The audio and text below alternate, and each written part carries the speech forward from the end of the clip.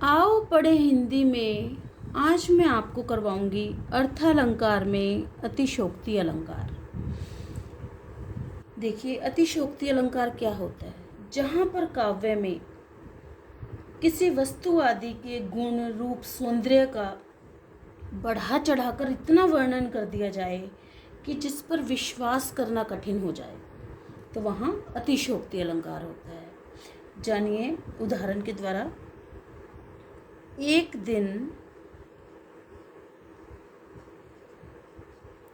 दिन राम पतंग उड़ाई,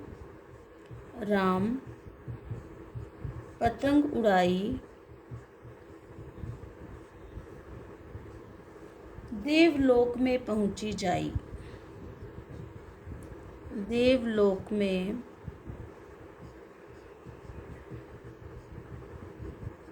जाई। अब देखिए, एक दिन भगवान राम ने पतंग उड़ाई तो वह उड़ते उड़ते स्वर्ग में जा पहुंची।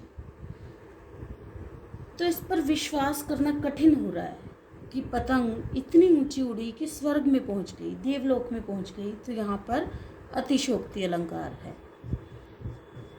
कि ऐसा होना संभव नहीं है। तो इसलिए बढ़ा चढ़ाकर इतना वर्णन किया गया है जिस पर विश्वास करना कठिन हो रहा है, इसलिए यहाँ अतिशोक्ति अलंकार है।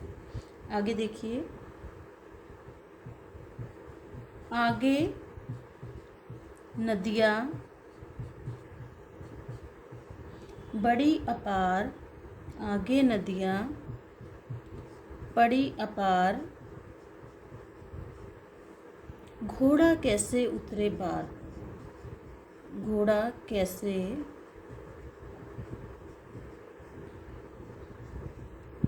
कैसे उतरे पार। राणा ने सोचा इस पार, राणा ने सोचा इस पार, तब तक चेतक था उस पार, तब तक चेतक था उस पार। तो देखिए, महाराणा प्रताप के सोचने की क्रिया भी खत्म भी नहीं हुई थी, तब तक चेतक ने नदी को पार कर लिया था। आगे नदियाँ पड़ी अपार, घोड़ा कैसे उतरे पार। कि जब राणा प्रताप सोच ही रहे थे कि इस नदी को कैसे पार किया जाए, तब तक चेतक उस पार, उनका घोड़ा चेतक उस पार पहुंच गया था। तो इस पर विश्वास करना संभव नहीं है। यहाँ पर लोक सीमा से बढ़ा चढ़ाकर वर्णन किया गया है, इसलिए यहाँ पर अतिशयोक्ति अलंकार है। अतिशयोक्ति का अर्थ है बढ़ा चढ़ाकर वर्णन करना। तो अन्य उदाहरण देखते हैं।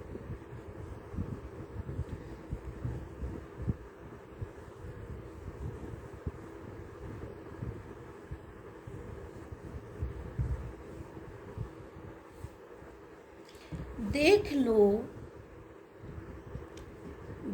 लो साकेत नगरी है यही, देख लो साकेत नगरी है यही, स्वर्ग से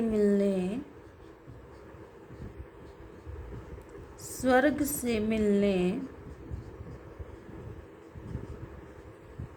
गगन में जा रही।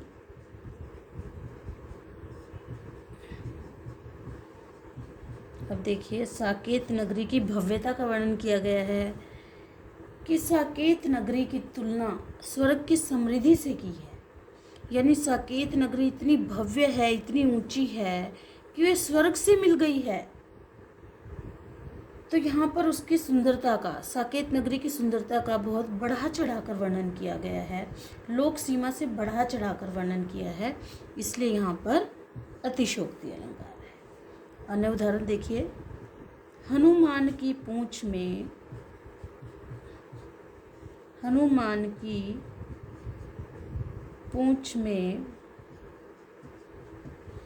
लगन न पाई आग, लगन न पाई आग, लंका सारी जल गई, लंका सारी जल गई, गए निशाचर भाग, गए निशाचर भाग। अब देखिए, हनुमान की पूंछ में लगन न पाई आग, लंका सारी जल गए, गए निशाचर भाग। अब देखिए, हनुमान की पूंछ में आग भी न लगने पाई थी कि सारी लंका जलकर राख हो गई थी और राक्षस भाग गए थे। तो क्या ऐसा संभव है कि पूंछ में आग लगे बिना ही सारी लंका जल गई और निशाचर भाग गए? तो यहाँ पर लोक सीमा से बढ़ा चढ़ाकर वर्णन किया जाता है।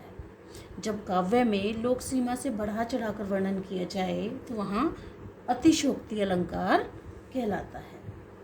अन्य उदाहरण देखिए, देखी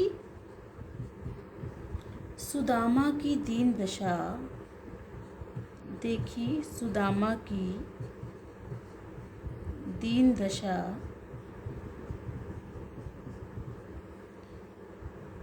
करुणा करके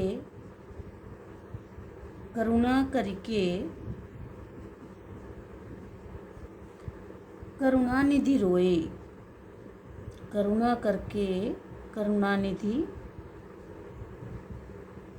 रोए,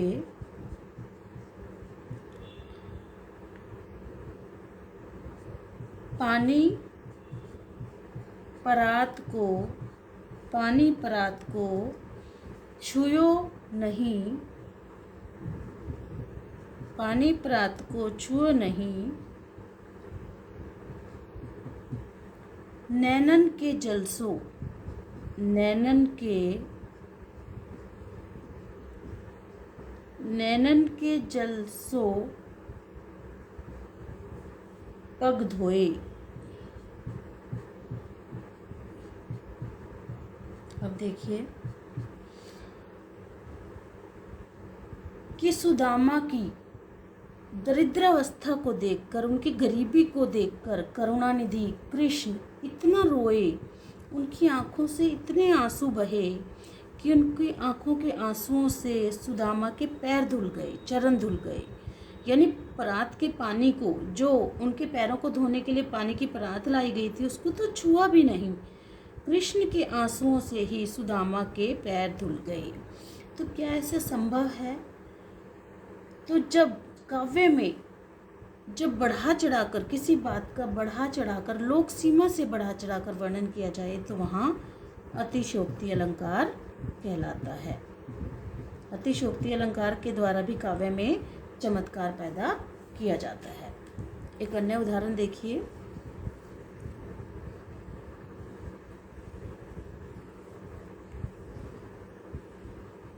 जहाँ पर असंभव बात हो,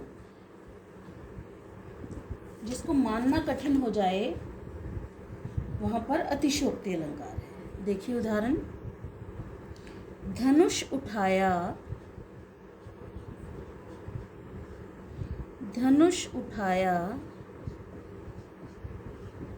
ज्यों ही उसने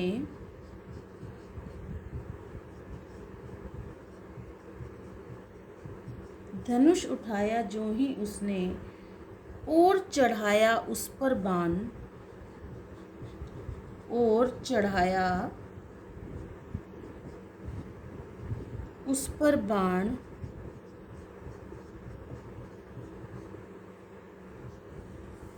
धरा सिंधु नभ कांप, धरा सिंधु नभ कांपे सहसा, नभ कांपे सहसा, विकल हुए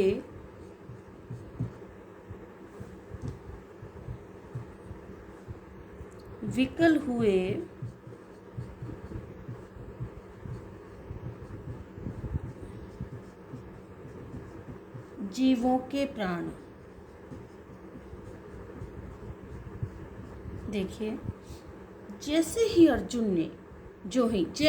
अर्जुन ने धनुष उठाया और उस पर बाण चढ़ाया, तभी धरती, सागर, आसमान, नदियाँ कांपने लगी और सभी जीवों के प्राण निकलने को हो गए। तो यह बात बिल्कुल असंभव है, क्योंकि बिना बाण चढ़ाए, बिना बाण चलाए ऐसा हो ही नहीं सकता। इस तथ्य का लोक सीमा से बहुत बढ़ा चढ़ाकर वर्णन किया गया है, इसलिए यहाँ अतिशयोक्ति अलंकार है। इसलिए यहाँ अतिशयोक्ति अलंकार का प्रयोग हुआ है। तो आपको कैसा लगा वीडियो? इन उदाहरणों का लिख कर अभ्यास करें तो आपको ज़्यादा स्पष्ट होगा। और अगर एक बार में ना समझ आए तो वीडियो को दोबारा देखें। ओके बेटा, आपका दिन शुभ हो।